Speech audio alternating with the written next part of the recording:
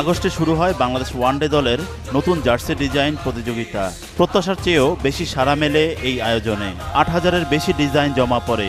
সেখান থেকে বিভিন্ন পর্যায়ে বিচারক প্যানেল নির্বাচন করে ১১টি ডিজাইন।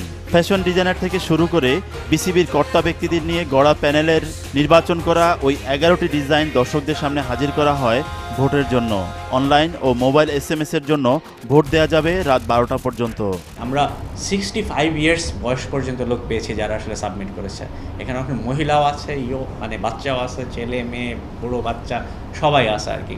সো সর্বস্তরের মানুষই আসলে এখানে পার্টিসিপেট করেছে, মানে যেটা আমরা ভেবেছিলাম হয়তো একদম টপ ডিজাইনাররা পার্টিসিপেট করবে, মানে সেটা হয়নি। যে এক্সপেকটেশন অনুযায়ী সাধারণ মানুষ তাদের একদম ইমোশন দিয়ে এই ডিজাইনটা করেছে।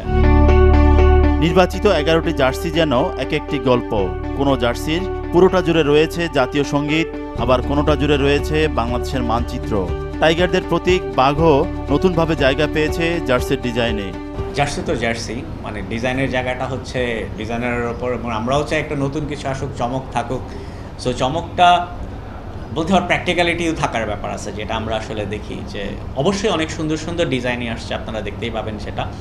সো চমকের ব্যাপারটা আমরা ফাইনাল হওয়ার পর্যন্ত অপেক্ষায় থাকি আসলে। 2রা অক্টোবর জমকালো আয়োজনে আনুষ্ঠানিকভাবে ঘোষণা করা হবে কোন জার্সি পরে মাশরাফির দল মাঠে নামবে আসছে জিম্বাবুয়ের বিপক্ষে ওয়ানডে সিরিজে। জাহিদ চৌধুরী, মাছরাঙা সংবাদ, ঢাকা।